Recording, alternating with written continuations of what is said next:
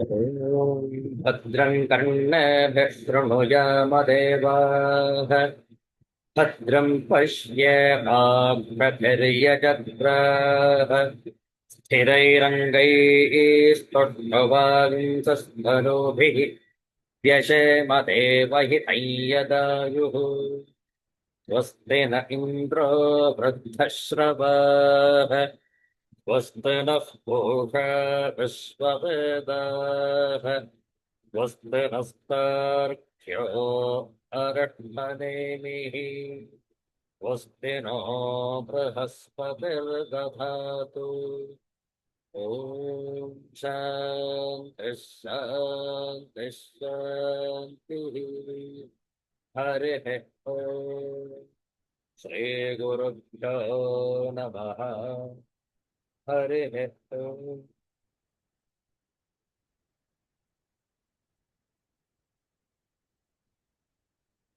Universal prayer. Let's chant this together. O hidden light, vibrant in every atom. O hidden light, shining in every creature. O hidden love, embracing all in oneness. May each who feels himself as one with thee know he is also one with every other.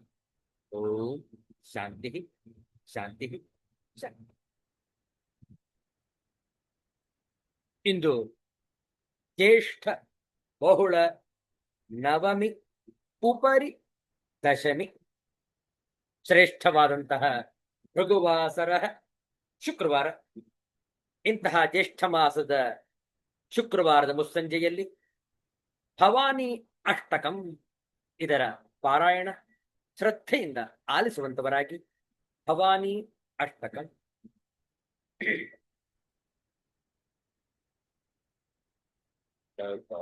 तो न माता न बन्धुर्न दाता न पुत्रो न पुत्री न भृत्यो न भर्ता न जाया न विद्या न वृत्तिर्ममैव गतिस्त्वं गतिस्त्वं त्वमेका भवानी गतिस्त्वं गतिस्त्वं त्वमेका भवानी. भवभावपारे महादुःखभीरुः प्रपात प्रकामी प्रलोभी प्रमत्तः कुसंसारपाश प्रबद्धः सदाहं गतिस्त्वं गतिस्त्वं त्वमेका भवानी. प्रजेशं रमेशं महेशं सुरेशं दिनेशं निशीथेश्वरं वा कदाचित् न जानामि चान्यत् सदाहं शरण्ये गतिस्त्वं गतिस्त्वं त्वमेका भवानी. कुकर्मी कुसङ्गी कुबुद्धिः कुलासः कुलाचारहीनः कदाचारलीनः कुदृष्टिः कुवाक्यप्रबन्धः सदाहं गतिस्त्वं गतिस्त्वं त्वमेका भवानी. न जानामि दानं न च ध्यानयोगम् न जानामि तन्त्रं न च स्तोत्रमन्त्रम् न जानामि पूजां न सन्न्यासयोगम् गतिस्त्वं गतिस्त्वं त्वमेका भवानी. न जानामि पुण्यं न जानामि तीर्थं न जानामि मुक्तिं लयं वा कदाचित् न जानामि भक्तिं व्रतं वापि मातः गतिस्त्वं गतिस्त्वं त्वमेका भवानि विवादे विषादे प्रमादे प्रवासे जले चानले पर्वते शत्रुमध्ये अरण्ये शरण्ये सदा मां प्रपाहि गतिस्त्वं गतिस्त्वं त्वमेका भवानि अनाथो दरिद्रो जरारोगयुक्तः महाखिन्नदीनः सदा जाड्यवक्त्रः विपत्तौ प्रविष्टः प्रणष्टः सदा गतिस्त्वं गतिस्त्वं त्वमेका भवानि गतिस्त्वं गतिस्त्वं त्वमेका भवानि त्वमेका भवानि इति आदिशङ्कराचार्यकृत भवानी अष्टकं स्तोत्रं ಸಂಪೂರ್ಣಂ. ಒಂದು ಸುಂದರವಾದ ದೇವಿ ಭಜನೆಯನ್ನು ಮಾಡೋಣ. ಸಾಹಿತ್ಯವನ್ನು ಪರದೆಯ ಮೇಲೆ ಹಂಚಿಕೊಂಡಿದ್ದೇವೆ. ನಾವು ಹೇಳಿಕೊಟ್ಟ ನಂತರ ತಾವು ಪುನರಾವರ್ತಿಸಬಹುದು. ಶ್ರೀ ದೇವಿ ಭಜನ್ ಕನ್ನಡ ಭಾಷೆಯಲ್ಲಿದೆ. ನಾವು ಹೇಳಿಕೊಟ್ಟ ನಂತರ ತಾವು ಪುನರಾವರ್ತಿಸಬಹುದು. ಪ್ರಾರಂಭದಲ್ಲಿ ದುರ್ಗಾ ಸಪ್ತಶತಿಯ ಕೆಲವು ಶ್ಲೋಕಗಳ ಪುನರಾವರ್ತನೆ. ಯಾ ದೇವಿ ಸರ್ವಭೂತೇಷು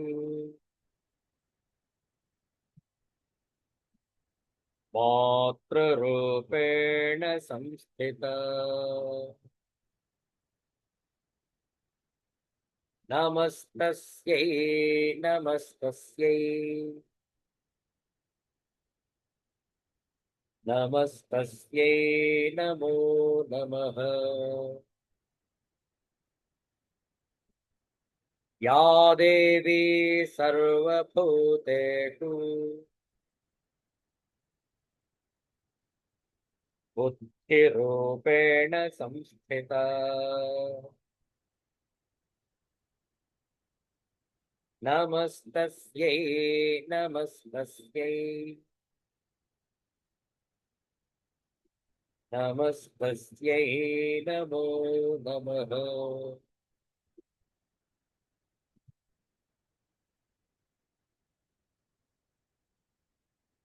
ಅಮ್ಮ ಬಾರಮ್ಮ ನಮ್ಮ ದೇವಿ ಬಾರಮ್ಮ.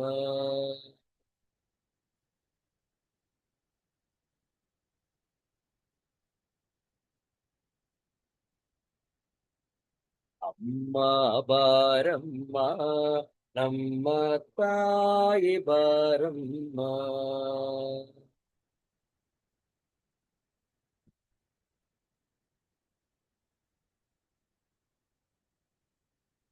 ಮೂರು ಲೋಕದೊಡೆಯ ಶಿವನ ರಾಣಿ ಬಾರಮ್ಮ.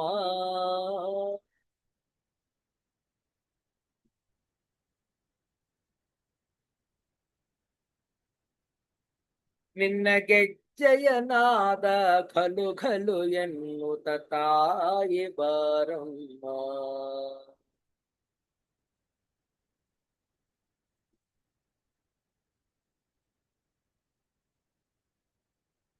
ಅಮ್ಮ ಬಾರಮ್ಮ ನಮ್ಮ ದೇವಿ ಬಾರಮ್ಮ.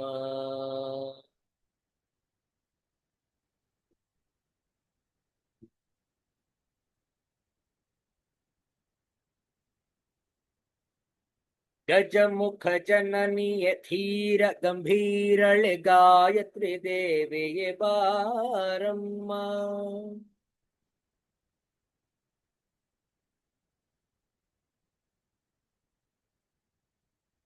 ಅಂಬಾ ಭವಾನಿ ತುಳಜಾ ಭವಾನಿ ಗಂಗಾ ಭವಾನಿಯೇ ಬಾರಮ್ಮ.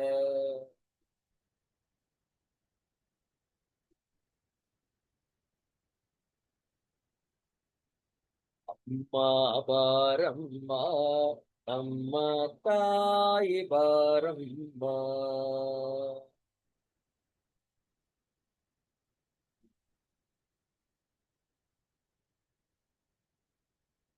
ಖಡ್ಗಧಾರಿಣಿ ತ್ರಿಶೂಲಪಾಣಿ ಚಾಮುಂಡೇಶ್ವರಿ ಬಾರಮ್ಮ.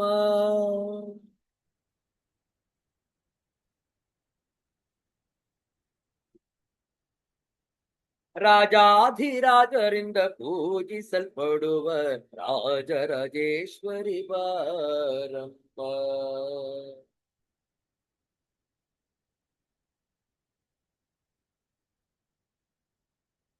ಅಮ್ಮ ಬಾರಮ್ಮ ನಮ್ಮ ದೇವಿ ಬಾರಮ್ಮ.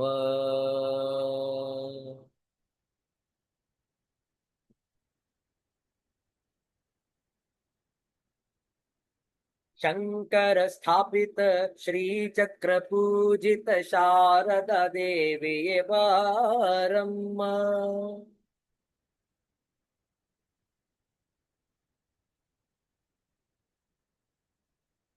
ಶೃಂಗೇರಿಯಲ್ಲಿ ನಗು ನಗುತ್ತಿರುವ ಗಾನ ವಿಶಾರದೆ ಬಾರಮ್ಮ.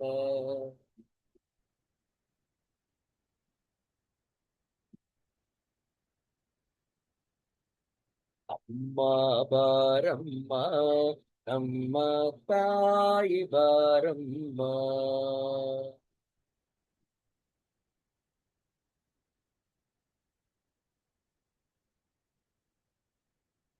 ಕಂಚಿ ಕಾಮಾಕ್ಷಿ ಮಧುರೈ ಮೀನಾಕ್ಷಿ ಕಾಶಿ ವಿಶಾಲಾಕ್ಷಿ ಬಾರಮ್ಮ.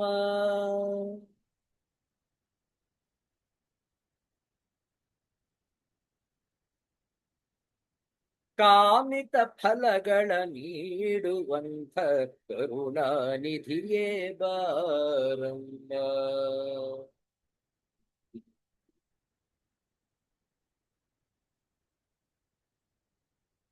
ಅಮ್ಮ ಬಾರಮ್ಮ ನಮ್ಮ ದೇವಿ ಬಾರಮ್ಮ.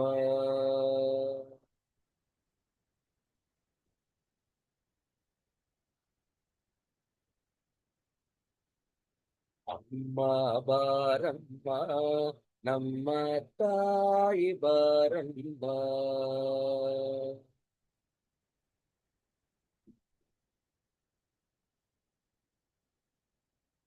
ನಮ್ಮ ದೇವಿ ಬಾರಮ್ಮ. ನಮ್ಮ ತಾಯಿ ಬಾರಮ್ಮ.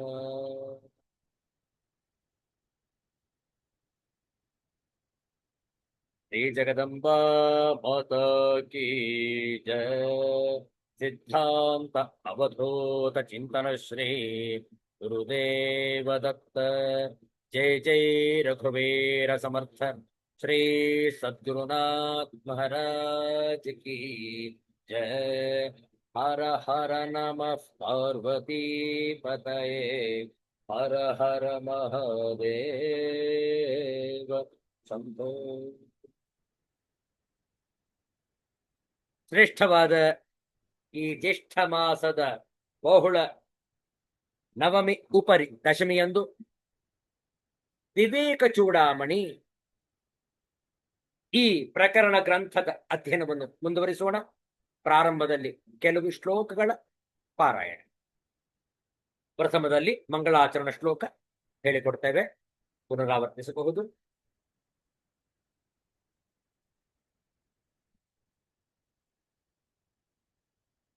ಸರ್ವ ವೇದಾಂತ ಸಿದ್ಧಾಂತ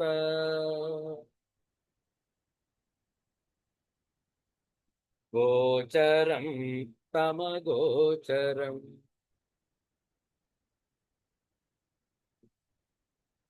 ಗೋವಿಂದಂ ಪರಮಾನಂದಂ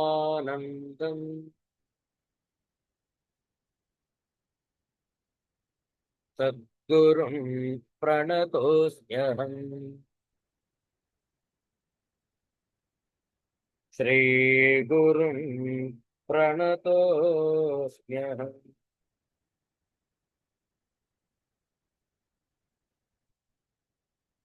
ವಿವೇಕ ಚೂಡಾಮಣಿಯ 251ನೆಯ ಶ್ಲೋಕದಿಂದ ಪಾರಾಯಣ ಆರಂಭ. ತಾವು ಪರದೆಯ ಮೇಲೆ ಪ್ರಕಟವಾಗಿರುವ ಶ್ಲೋಕಗಳನ್ನು ನೋಡಿಕೊಳ್ಳಿ. ನಾವು ಹೇಳಿಕೊಟ್ಟ ನಂತರ ಪುನರಾವರ್ತಿಸಬಹುದು.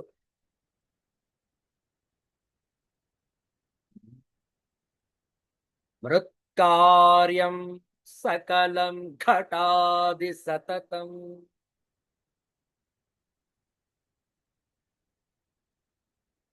ಮೃನ್ಮಾತ್ರಮೇವ ಹಿತಂ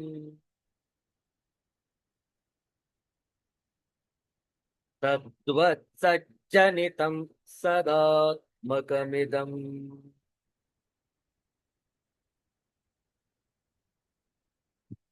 ಸನ್ಮಾತ್ರಮೇವಾಖಿಲಂ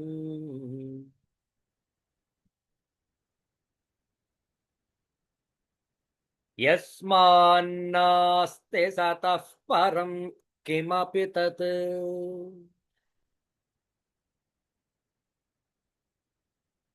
ಸತ್ಯಂ ಸ ಆತ್ಮ ಸ್ವಯಂ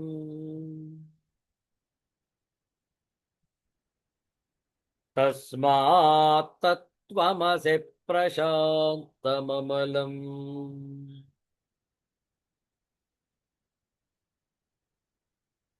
ಬ್ರಹ್ಮಾದ್ವಯಂ ಯತ್ಪರಂ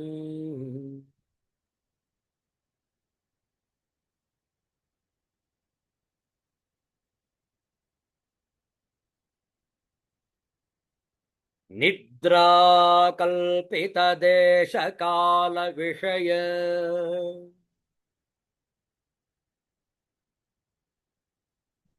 ಜ್ಞಾತ್ರಾದಿ ಸರ್ವೈ ಯಥಾ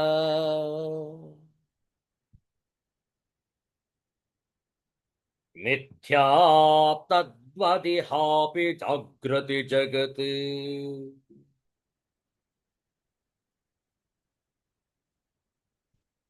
ಸ್ವಾಜ್ಞಾನ ಕಾರ್ಯತ್ವತಃ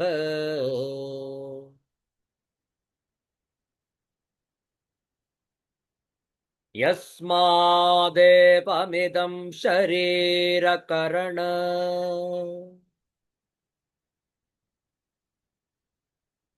ಪ್ರಾಣಾಹಮಾದ್ಯಪ್ಯಸತ್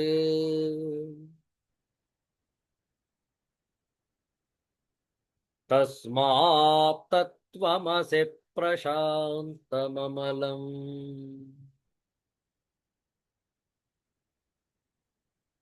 ಬ್ರಹ್ಮಾದ್ವಯಂ ಯತ್ಪರಂ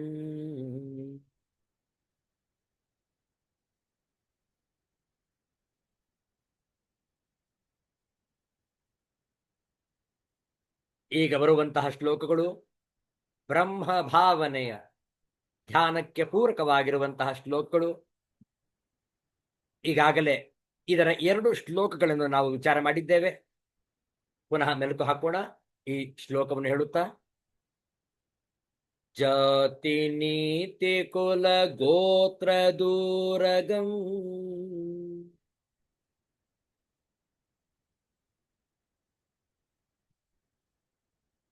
ನಾಮ ರೂಪ ಗುಣ ದೋಷ ವರ್ಜಿತಂ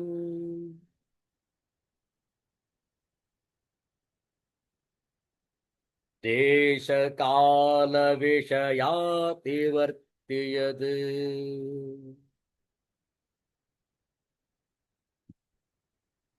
ಬ್ರಹ್ಮ ತತ್ವಮಸಿ ಭಾವಯಾತ್ಮನಿ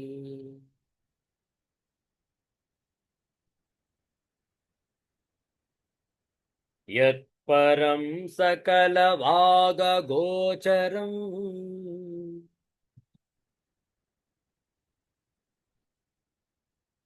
ಗೋಚರಂ ವಿಮಲಬೋಧ ಚಕ್ಷುಷಃ ಶುದ್ಧ ಚಿದ್ಘನಮನಾದಿ ವಸ್ತು ಯದ್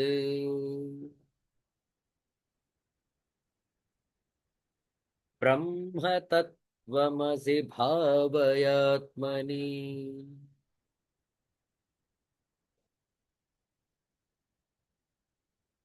ಶ್ರೀ ಗುರುಭ್ಯೋ ನಮಃ.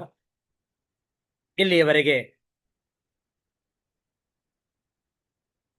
ಕಳೆದ ವಾರ ನಾವು ಚರ್ಚೆ ಮಾಡಿದ್ದೇವೆ. ಬ್ರಹ್ಮ ಸ್ವರೂಪರು ಪ್ರತಿಯೊಬ್ಬರು ಎನ್ನುವುದನ್ನು ಆಚಾರ್ಯ ಶಂಕರರು ಮತ್ತೆ ಮತ್ತೆ ನಮ್ಮ ಅವಗಾಹನೆಗೆ ತರುತ್ತಿದ್ದಾರೆ. ಅನೇಕ ಆಯಾಮಗಳಲ್ಲಿ ನಾವು ವಿಚಾರವನ್ನು ಮಾಡುತ್ತಾ ಯಾವ ರೀತಿ ನಾವು ಶರೀರ ಧಾರಣೆಯನ್ನು ಮಾಡಿದ್ದರೂ ಕೂಡ ತಾತ್ಕಾಲಿಕವಾದಂತಹ ಈ ಒಂದು ಮನೆಯಲ್ಲಿ, ಸೆರೆಮನೆಯಲ್ಲಿ ಅಥವಾ ಅರಮನೆಯಲ್ಲಿ ಈ ಶರೀರವನ್ನು ಹೇಗೆ ಬೇಕಾದರೂ ಕಲ್ಪಿಸಿಕೊಳ್ಳಬಹುದು. ಸೆರೆಮನೆ ಎಂತಲಾದರೂ ಕಲ್ಪಿಸಿಕೊಳ್ಳಿ ಅಥವಾ ಅರಮನೆ ಎಂತಾದರೂ ಕೂಡ ಕಲ್ಪಿಸಿಕೊಳ್ಳಿ. ಇಂತಹ ಶರೀರದಲ್ಲಿ ತಾತ್ಕಾಲಿಕವಾಗಿದ್ದರೂ ಆತ್ಮಸ್ವರೂಪವು ನಿತ್ಯ, ಅನಾದಿ, ಅನಂತ. ಇನ್ನೊಂದು ಆಯಾಮದೊಂದಿಗೆ ಆಚಾರ್ಯ ಶಂಕರರು ನಮ್ಮ ಆತ್ಮಸ್ವರೂಪವನ್ನು ಅರುಹಿತಿದ್ದಾರೆ.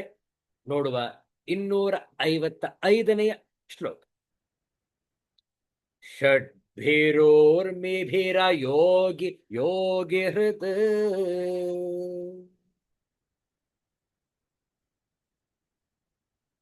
ಭಾವಿತಂ ನ ಕರಣೈರ್ವಿಭಾವಿತಂ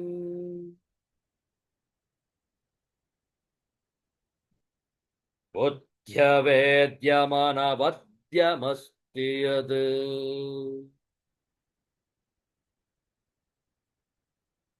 ಬ್ರಹ್ಮ ತತ್ವಮಸಿ ಭಾವಯಾತ್ಮನಿ.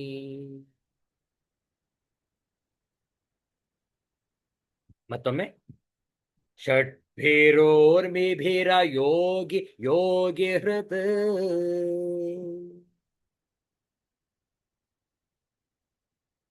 ಭಾವಿತಂ ನ ಕರಣೈರ್ವಿಭಾವಿತಂ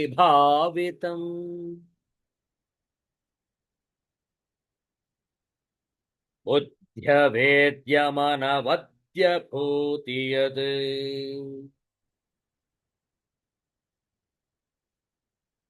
ಬ್ರಹ್ಮ ತತ್ವಮಸಿ ಭಾವಯಾತ್ಮನಿ.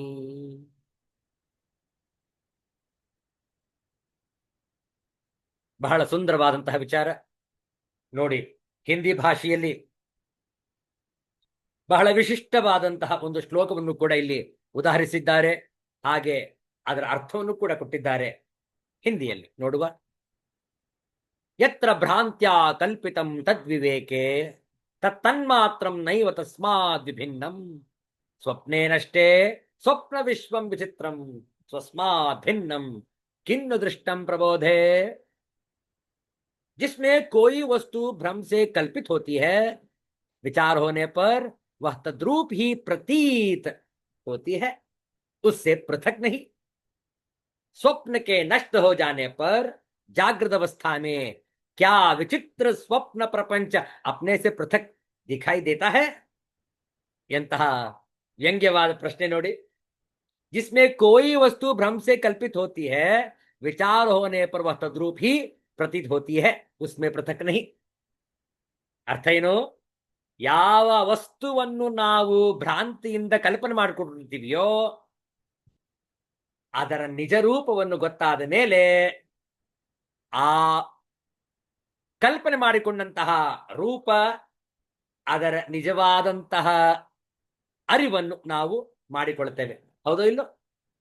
ಹಾಗೆ ಸ್ವಪ್ನಕ್ಕೆ ನಷ್ಟ ಹೋ ಜಾನೆ ಪರ್, ಕನಸನ್ನು ಕಾಣ್ತಾ ಇರ್ತೇವೆ. ಕನಸಿನಲ್ಲಿ ಅನೇಕ ದೃಶ್ಯಾವಳಿಗಳು, ಪ್ರಪಂಚಗಳು, ವರ್ಣಗಳು, ಬಣ್ಣಗಳನ್ನು ನೋಡ್ತಾ ಇರ್ತೇವೆ. ಕ್ಯಾ ವಿಚಿತ್ರ ಸ್ವಪ್ನ ಪ್ರಪಂಚ ಅಪ್ನೆ ಸೆ ಪೃಥಕ್ ದಿಖಾಯಿ ದೇತಾ ಹೈ. ನಿಮಗಿಂತ ಬೇರೆಯಾಗಿ ಆ ಸ್ವಪ್ನ ಇರಲಿಕ್ಕೆ ಸಾಧ್ಯವೇನು? ನಮ್ಮದೇ ಆದಂತಹ ಪರಿಕಲ್ಪನೆ ನಮ್ಮ ಸ್ವಪ್ನ. ಹೌದಲ್ಲ? ವಿಚಾರ ಮಾಡಿ. ಆದ್ದರಿಂದ ಇಲ್ಲಿ ಆಚಾರ್ಯ ಶಂಕರರು ಬ್ರಹ್ಮ ಭಾವನೆಯ ಬಗ್ಗೆ ಅತ್ಯಂತ ಸ್ಪಷ್ಟವಾಗಿ ನಮಗೆ ಇನ್ನೊಂದು ಆಯಾಮದೊಂದಿಗೆ ತಿಳಿಸ್ಕೊಡ್ತಾ ಇದ್ದಾರೆ. ಯಾವುದು? ಷಡ್ಭಿರೂರ್ಮಿ. ಊರ್ಮಿ 6 ವಿಧ. ಊರ್ಮಿ ಅಂದ್ರೆ ಅಲೆ ಅಂತ ಅರ್ಥ. ನೋಡಿ ಯಾವ್ಯಾವ್ದದು?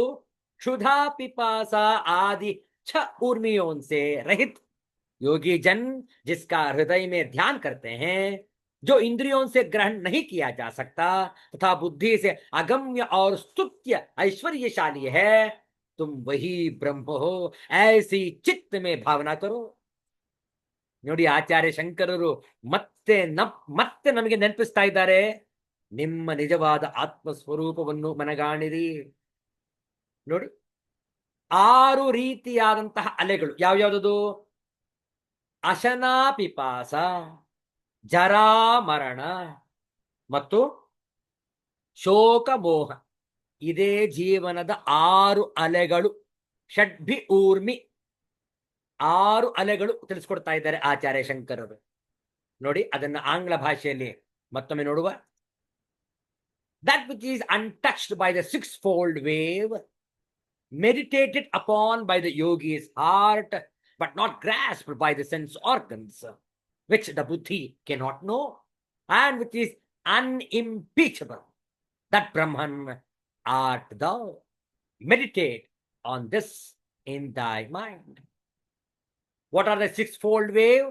Namely, decay and death, jara, marana, hunger and thirst, ashana, pipasa, grief and delusion, shoka and moha, which overtake the body and mind.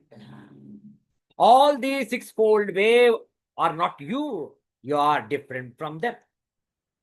ನೋಡಿ ಎಷ್ಟು ಚೆನ್ನಾಗಿ ಕೊಟ್ಟಿದ್ದಾರೆ ಇಲ್ಲಿ. ಷಡ್ಭಿಹಿ ಊರ್ಮಿ, ಊರ್ಮಿಭಿಹಿ ಅಯೋಗಿ, ಯೋಗಿ ಹೃತ್ ಭಾವಿತಂ ನ ಕರಣೈಹಿ ವಿಭಾವಿತಂ, ಬುದ್ಧಿ ಅವೇದ್ಯಂ ಅನವದ್ಯಂ ಅಸ್ತಿ ಯತ್ ಬ್ರಹ್ಮತತ್ವಮಸಿ ಭಾವಯಾತ್ಮನಿ. ನೋಡಿ ಅನ್ವಯಾರ್ಥ ಕೊಟ್ಟಿದ್ದಾರೆ.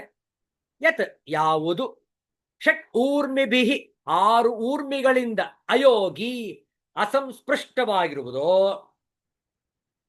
ಯೋಗಿ ಹೃತ್ ಭಾವಿತಂ ಯೋಗಿಗಳ ಹೃದಯದಲ್ಲಿ ಭಾವಿಸಲ್ಪಡುವುದೋ, ಕರಣೈಹಿ ಇಂದ್ರಿಯಗಳಿಂದ ನ ವಿಭಾವಿತಂ ಭಾವಿಸಲ್ಪಡಲು ಆಗದೋ, ಬುದ್ಧಿ ಅವೇದ್ಯಂ ಬುದ್ಧಿಗೆ ಅಗೋಚರವೋ, ಅನವದ್ಯಂ ದೋಷರಹಿತವೋ, ತತ್ ಬ್ರಹ್ಮ ತ್ವಂ ಅಸಿ ಬ್ರಹ್ಮತತ್ವಮಸಿ ಭಾವಯಾತ್ಮನಿ. ಯಾವುದು 6 ಊರ್ಮಿಗಳಿಂದ ಅಸ್ಪೃಷ್ಟವಾಗಿರುವುದೋ, ಯೋಗಿಗಳ ಹೃದಯದಲ್ಲಿ ಭಾವಿಸಲ್ಪಡತಕ್ಕದ್ದೋ, ಬುದ್ಧೀಂದ್ರಿಯಗಳಿಗೆ ಅಗೋಚರವೋ, ನಿರ್ದುಷ್ಟವೋ, ಆ ಬ್ರಹ್ಮವೇ ನೀನಾಗಿರುವೆ. ಇದನ್ನು ಮನಸ್ಸಿನಲ್ಲಿ ಅನುಸಂಧಾನ ಮಾಡು. ನೋಡಿ ಇಲ್ಲಿ ಕೊಟ್ಟಿದ್ದಾರೆ 6 ಊರ್ಮಿಗಳು ಯಾವ್ಯಾವುದು? ಹಸಿವು, ಬಾಯಾರಿಕೆ. ಹಸಿವು ಅಶನ, ಬಾಯಾರಿಕೆ ಪಿಪಾಸ, ಮುಪ್ಪು ಜರಾ, ಸಾವು ಮರಣ, ಶೋಕ ಮೋಹ. ನೋಡಿ 6 ಊರ್ಮಿಗಳು, 6 ಅಲೆಗಳು. ಇವೆಲ್ಲವೂ ಕೂಡ ಇದ್ದರೂ ಕೂಡ ಯೋಗಿಯ ಹೃದಯದಲ್ಲಿ ಹೇಗಿದೆ? ಈ 6 ಊರ್ಮಿಗಳು ಕೂಡ ನನ್ನ ಸ್ವರೂಪವಲ್ಲ. ನೋಡಿ, ಹಸಿವು, ಬಾಯಾರಿಕೆ, ಮುಪ್ಪು, ಸಾವು, ಶೋಕ, ಮೋಹ ಕೇವಲ ನನ್ನ ಶರೀರಕ್ಕೆ ಹಾಗೂ ನನ್ನ ಮನಸ್ಸಿಗೆ. ಹೌದಲ್ಲ?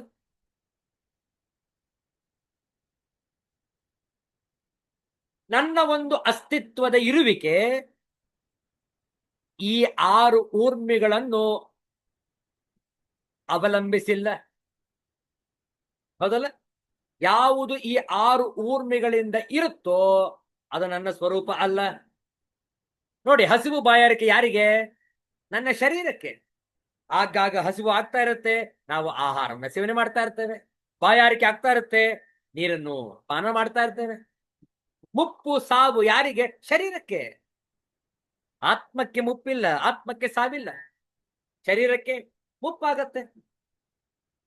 ಹೌದಲ್ಲ? ಆಚಾರ್ಯ ಶಂಕರರು ಮೋಹ ಮುದ್ಗರದಲ್ಲಿ ಎಷ್ಟು ಸ್ಪಷ್ಟವಾಗಿ ತಿಳಿಸ್ತಾರೆ. ಯಾವ ಯಾವ ರೀತಿಯಲ್ಲಿ ಶರೀರ ಜರ್ಜರಿತವಾಗಿ ಹೋಗುತ್ತೆ. ಹೌದಲ್ಲ? ಆದರೂ ಕೂಡ ಆ ಬ್ರಹ್ಮ ಭಾವನೆಯನ್ನು ಆತ ಜಾಗರಿಸಿಕೊಳ್ಳುವನೇ. ವ್ಯಂಗ್ಯವಾಗಿ ಕೇಳ್ತಾರೆ ಆಚಾರ್ಯ ಶಂಕರರು. ಈ 6 ಊರ್ಮಿಗಳು ಶರೀರಕ್ಕೆ, ಮನಸ್ಸಿಗೆ, ನೋಡಿ, ಶೋಕ ಮೋಹ ಮನಸ್ಸಿಗೆ, ಹೌದಲ್ಲ, ನಮ್ಮ ಚಿತ್ತಕ್ಕೆ. ಆ ಮನಸ್ಸಿನ ವಿಚಾರದಲ್ಲಿ ಶೋಕವೂ ಇದೆ, ಮೋಹವೂ ಇದೆ.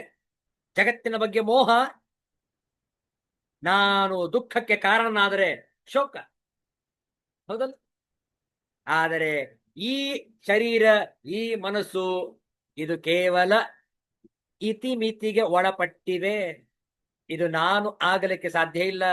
ನನ್ನ ಆತ್ಮ ಸ್ವರೂಪ ಬ್ರಹ್ಮ ಭಾವನೆ, ನನ್ನದು ಅಸ್ತಿತ್ವ ನಿರಂತರ, ಆದಿ ಇಲ್ಲ ಅಂತ್ಯವಿಲ್ಲದ ಸ್ವರೂಪ ನನ್ನದು. ಇದನ್ನು ಇನ್ನೊಮ್ಮೆ ಇನ್ನೊಂದು ಆಯಾಮದಲ್ಲಿ ಆಚಾರ್ಯ ಶಂಕರ್ ತಿಳಿಸ್ತಾ ನೋಡಿ. 256ನೇ ಶ್ಲೋಕ ಪುನರಾವರ್ತನೆ ಮಾಡಿ. ಶಾಂತಿ ಕಲ್ಪಿತ ಜಗತ್ಕಲಾಶ್ರಯಂ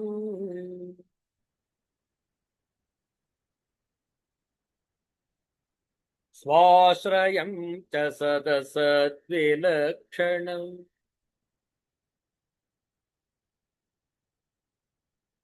ನಿಷ್ಕಲಂ ನಿರುಪಮಾನವದ್ಧಿಯದ್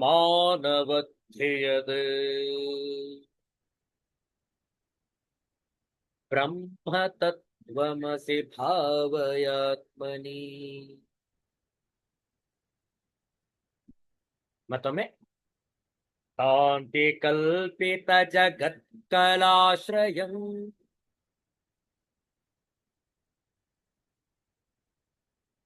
ಸ್ವಾಶ್ರಯಂ ಚ ಸದಸದ್ವಿಲಕ್ಷಣಂ ನಿಷ್ಕಲಂ ನಿರುಪಮಾನವೃದ್ಧಿಮದ್ ಬ್ರಹ್ಮ ತತ್ವಮಸಿ ಭಾವಯಾತ್ಮನಿ. ನೋಡಿ ಹಿಂದಿಯ ಭಾವಾನುವಾದ. जो इस भ्रांति कल्पित जगत रूप कला का आधार है, स्वयं अपने ही आश्रय स्थित है, सत और असत दोनों से भिन्न है, तथा जो निरवयव, उपमा रहित और परम ऐश्वर्य संपन्न है, वह पर ब्रह्म ही तुम हो, ऐसा चित्त में चिंतन करो. ನೋಡಿ ಆಂಗ್ಲ ಭಾಷೆ ಭಾವಾನುವಾದ. That which is the substratum of the universe, with its various subdivisions, which are all creations of delusion, which itself has no other support, which is distinct from the gross and subtle, which has no parts and has verily no exemplar, that Brahman art thou. Meditate on this in thy mind. ಭ್ರಾಂತಿ ಕಲ್ಪಿತ ಜಗತ್ ಕಲಾಶ್ರಯಂ ಸ್ವ ಆಶ್ರಯಂ ಚ ಸತ್ ಅಸತ್ ವಿಲಕ್ಷಣಂ ನಿಷ್ಕಲಂ ನಿರುಪಮಾನವತ್ ಹಿ ಯತ್ ಬ್ರಹ್ಮ ತತ್ವಂ ಅಸಿ ಆತ್ಮನಿ ಭಾವಯ. ಅನ್ವಯಾರ್ಥ ನೋಡಿಕೊಳ್ಳಿ. ಯತ್ ಯಾವುದು, ಭ್ರಾಂತಿ ಕಲ್ಪಿತ ಜಗತ್ ಕಲಾಶ್ರಯಂ, ಭ್ರಮೆಯಿಂದ ಕಲ್ಪಿತವಾದ ಪ್ರಪಂಚವೆಂಬ ಅಂಶಕ್ಕೆ ಆಶ್ರಯವಾಗಿರುವ, ಸ್ವ ಆಶ್ರಯಂ ತನಗೆ ತಾನೇ ಆಶ್ರಯವಾಗಿರುವ, ಸತ್ ಅಸತ್ ವಿಲಕ್ಷಣಂಚ, ಸತ್ ಮತ್ತು ಅಸತ್ ಇವುಗಳಿಗಿಂತ ಬೇರೆಯಾಗಿರುವ, ನಿಷ್ಕಲಂ ಅವಯವರಹಿತವಾದ, ನಿರ್ ಉಪಮಾನವತ್ ಹಿ ಉಪಮಾನರಹಿತವಾದ ಅಂದ್ರೇನು, ಯಾವುದೇ ಉದಾಹರಣೆಯನ್ನು ಉಪಮೆಯನ್ನು ಕೊಡಲು ಸಾಧ್ಯವಿಲ್ಲ, ಉಪಮಾನರಹಿತವಾದ ಬ್ರಹ್ಮ, ಆ ಪರಬ್ರಹ್ಮವು ತತ್ವಂ ಅಸಿ ನೀನೇ ಆಗಿದ್ದೀಯ, ಆತ್ಮನಿ ಭಾವಯ. ತಾತ್ಪರ್ಯ ನೋಡಿಕೊಳ್ಳಿ. ಭ್ರಮೆಯಿಂದ ಕಲ್ಪಿತವಾದ ಪ್ರಪಂಚವೆಂಬ ಅಂಶಕ್ಕೆ ಆಶ್ರಯವಾಗಿರುವ, ಆದರೆ ತನಗೆ ಬೇರೆ ಯಾವ ಆಶ್ರಯವೂ ಇಲ್ಲದಿರುವ, ಸತ್ ಅಸತ್ ಇವುಗಳಿಗಿಂತ ಬೇರೆಯಾಗಿರುವ, ಅವಯವರಹಿತವಾದ, ಯಾವುದೊಂದು ಉಪಮಾನವನ್ನು ಕೊಡುವುದಕ್ಕೆ ಆಗದಿರುವ ಬ್ರಹ್ಮವೇ ನೀನಾಗಿರುವೆ. ಇದನ್ನು ಮನಸ್ಸಿನಲ್ಲಿ ಅನುಸಂಧಾನ ಮಾಡು. ನೋಡಿ ಎಷ್ಟು ಸೊಗಸಾಗಿದೆ. ತತ್ವ ವಿಚಾರವನ್ನು ಮಾಡ್ತಾ ಹೋದ್ರೆ ನಮಗೆ ಮತ್ತಷ್ಟು ಮತ್ತಷ್ಟು ನಮ್ಮ ಆತ್ಮಸ್ವರೂಪದ ಅರಿವು ತಿಳಿಯುತ್ತಾ ಹೋಗುವುದು. ಹೌದಲ್ಲ? ಆ ತತ್ವ ವಿಚಾರದಲ್ಲೇ ಇದೊಂದು ರಸ, ಇದೊಂದು ಅದ್ಭುತ ಮೌನ. ನಾವು ಮೌನದಲ್ಲೇ ಇದನ್ನು ಕಂಡುಕೊಳ್ಳಬೇಕು. ಹೇಗೆ ನೋಡಿ, ಗುಂಡಪ್ಪನವರು ಬಹಳ ಚಂದದಲ್ಲಿ ಹೇಳ್ತಾರೆ ತಮ್ಮ ಮಂಕುತಿಮ್ಮನ ಕಗ್ಗದಲ್ಲಿ 466ನೇ ಮುಕ್ತಕದಲ್ಲಿ.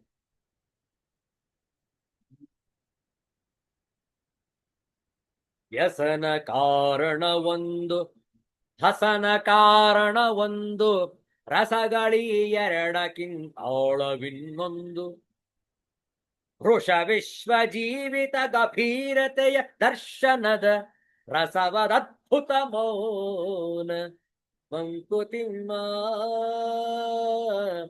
ರಸವದದ್ಭುತ ಮೌನ ಮಂಕುತಿಮ್ಮ, ಮಂಕುತಿಮ್ಮ, ಮಂಕುತಿಮ್ಮ.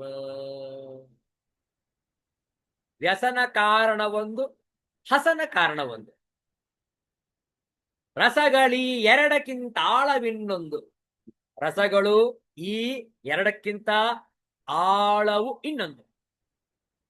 ರಸವದದ್ಭುತ ಮೌನ, ರಸವು ಅದು ಅದ್ಭುತ ಮೌನ.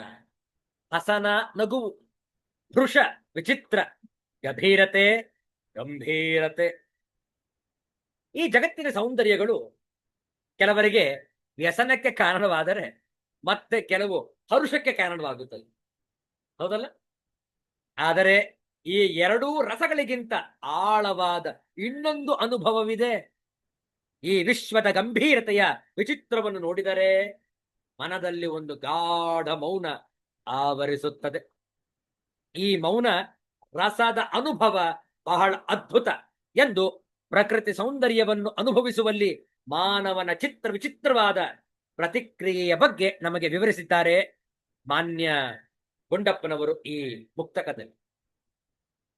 ಸೃಷ್ಟಿಯಲ್ಲಿನ ಅದ್ಭುತಗಳು ನಮ್ಮಲ್ಲಿ ಚಿತ್ರ ವಿಚಿತ್ರವಾದ ಪ್ರತಿಕ್ರಿಯೆಗಳನ್ನು ಉಂಟಾಗಿಸುತ್ತವೆ. ಹಲವು ನಮಗೆ ಒಂದು ಬಾರಿ ಆನಂದವನ್ನು ನೀಡಿದರೆ ಅದೇ ನಮಗೆ ಕಾಲಾಂತರದಲ್ಲಿ ದುಃಖಕ್ಕೆ ಕಾರಣವಾಗಬಹುದು. ಕೆಲವು ನಮಗೆ ಸದಾಕಾಲ ಆನಂದವನ್ನು ನೀಡಬಹುದು, ಮತ್ತೆ ಕೆಲವು ನಮಗೆ ಬೇಸರ ಅಥವಾ ದುಃಖಕ್ಕೆ ಕಾರಣವಾಗಬಹುದು. ಇದು ಬಹಳ ಸಹಜವಾಗಿರುವಂತಹ ವಿಷಯ. ಆದರೆ ನಾವು ಮನೋವಿಕಾರವಿಲ್ಲದೆ ಈ ಸೃಷ್ಟಿಯ ಸೌಂದರ್ಯವನ್ನು ನೋಡಿದಾಗ ಈ ದುಃಖ ಅಥವಾ ಸಂತೋಷದ ಭಾವಗಳು ಮೊದಲು ಉಂಟಾಗಿ ನಂತರ ಒಂದು ಗಂಭೀರ ಭಾವ ಬಂದು ತದನಂತರ ಮನದಲ್ಲಿ ಒಂದು ಗಾಢ ಮೌನವು ಆವರಿಸುತ್ತದೆ. ಆ ಮೌನ ಮನಸ್ಸಿಗೆ ಬಹಳ ಆಪ್ಯಾಯಮಾನವಾಗಿರುತ್ತದೆ. ಆದರೆ ಅಂತಹ ಮೌನವು ಮನಸ್ಸಿನಲ್ಲಿ ಮೂಡಬೇಕಾದರೆ ಮನಸ್ಸಿನಲ್ಲಿ ವಸ್ತು, ವಿಷಯ ಅಥವಾ ವ್ಯಕ್ತಿಗತವಾದ ವಿಕಾರಗಳು ಇರಬಾರದು. ಇದು ನನಗೆ ಇಷ್ಟ ಅಥವಾ ಇದು ನನಗೆ ಇಷ್ಟವಿಲ್ಲ ಎಂಬ ಭೇದವಿರಬಾರದು. ಆಗ ಜಗತ್ ಸೌಂದರ್ಯದಿಂದ ನಮ್ಮ ಮನಸ್ಸುಗಳಲ್ಲಿ ಮೂಡಬಹುದಾದ ಮೌನದಲ್ಲಿ ನಾವು ಪರಮಾತ್ಮನನ್ನು ಮತ್ತು ಅವನ ಲೀಲಾ ವಿನೋದವನ್ನು ಕಾಣಬಹುದು. ಸುಖ ದುಃಖಗಳನ್ನು ಮೀರಿದ ಮೌನ, ಅರಿಷಡ್ವರ್ಗಗಳನ್ನು ಮೀರಿದ ಮೌನ, ಶಬ್ದ ಸ್ಪರ್ಶ ರೂಪ ರಸಗಂಧಾದಿಗಳಿಗೆ ಅತೀತವಾಗಿರುವಂತಹ ಮೌನ, ಶಾಂತ ಪ್ರಶಾಂತ ಭಾವದ ಮೌನದ ಅನುಭವ ನಮಗೆ ಆಗಬೇಕು. ನಾವು ಈ ಜಗತ್ತಿನ ವಿಷಯಗಳಿಗೆ ಮೀರಿ ಬೆಳೆದಾಗ ಅಂತಹ ಮೌನದ ಅನುಭವ ನಮಗೆ ಆಗಬಹುದು. ಅದು ಸಾಧನೆಯಿಂದ ಬರುವುದು. ನಾವು ಅಂತಹ ಮೌನವನ್ನು ಸಾಧಿಸುವ ಪ್ರಯತ್ನ ಮಾಡಬೇಕು. ಆ ರೀತಿಯಲ್ಲಿ ಬ್ರಹ್ಮ ಭಾವನೆಯನ್ನು ಜಾಗರಿಸಿಕೊಂಡು ಆತ್ಮಭಾವನೆಯನ್ನು ಮನಗಾಣುವಂಥದ್ದು. ಬ್ರಹ್ಮ ತತ್ವಮಸಿ ಭಾವಯಾತ್ಮನಿ. ಇಂತಹ ಬ್ರಹ್ಮ ಭಾವನೆಯ ಚಿಂತನೆ ಮತ್ತಷ್ಟು ಇದೆ. ಅದನ್ನು ಮುಂದಿನ ಶುಕ್ರವಾರ ಮುಂದುವರಿಸೋಣ. ಇಲ್ಲಿಗೆ ಇಂದಿನ ಸತ್ಸಂಗವನ್ನು ಸಂಪನ್ನಗೊಳಿಸೋಣ ಶಾಂತಿ ಮಂತ್ರದೊಂದಿಗೆ. ಓಂ ಪೂರ್ಣಮದಃ ಪೂರ್ಣಮಿದಂ ಪೂರ್ಣಾತ್ ಪೂರ್ಣಮುದಚ್ಯತೆ ಪೂರ್ಣಸ್ಯ ಪೂರ್ಣಮಾದಾಯ ಪೂರ್ಣಮೇವಾವಶಿಷ್ಯತೆ. ಓಂ ಶಾಂತಿ ಶಾಂತಿ ಶಾಂತಿ. ಹರಿ ಓಂ. ಶ್ರೀ ಗುರುಭ್ಯೋ ನಮಃ. ಹರಿ ಓಂ. ಮತ್ತೆ ಭೇಟಿಯಾಗೋಣ. ಎಲ್ಲರಿಗೂ ಒಳಿತಾಗಲಿ. ಎಲ್ಲರಿಗೂ ಶುಭವಾಗಲಿ. ಜೈ ಶ್ರೀ ಗುರುದೇವ ದತ್ತ.